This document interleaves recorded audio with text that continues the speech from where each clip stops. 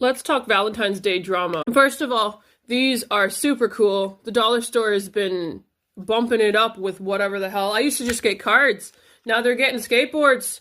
Dope. This one's flipping mac and cheese. Now for the drama part. You know how you got a list and you would write it down from you to whoever? The biggest issue you would ever have is leaving out a kid, or like you get so worried about it, you're like, oh my god, I'm missing a kid, and then you realize, oh yeah, I'm a kid in that class, I count, so that's why there's the wrong amount of numbers. You figure that out.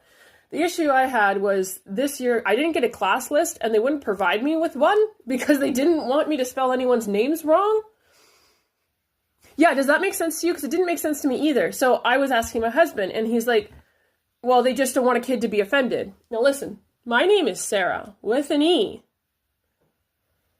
90% of the time, my name was spelled wrong, or I just didn't get a Valentine. Because they'd say, hand out your Valentines, and everyone would walk around the room, and me being super, like, inept at talking to anybody, and, like, weird as shit, I never got a lot of Valentines or anything, so I wouldn't get, like, those little Smartie boxes or anything like that, but I would get the cards that you mandatorily had to get when you were in earlier grades.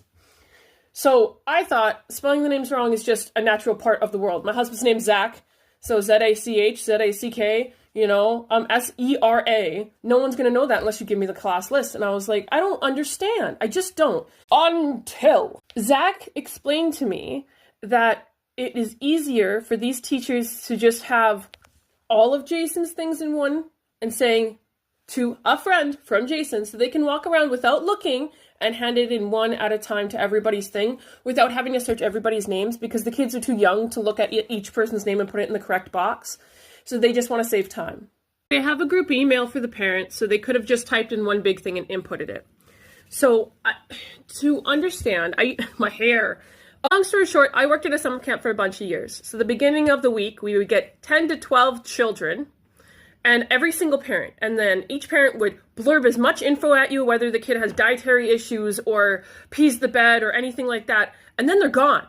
And you got to take care of these 10 to 12 kids with all these other hundreds of kids at this summer camp by yourself without parents, because you can't contact the parents because you're not managerial. So you just take care of the kids, and the kids are peeing the bed, pushing each other. You have to take care of them when you're 16, 17, 18, 19. I was there for many years, and I took care of many kids. And then at the end of the week, those 10 kids go home. Next week, 10 more kids come in. And I understand having a lot of kids, but when you're taking care of my kid for 3 hours a day, I have very little sympathy for you thinking that I'm too stupid to understand what it's like to be overwhelmed.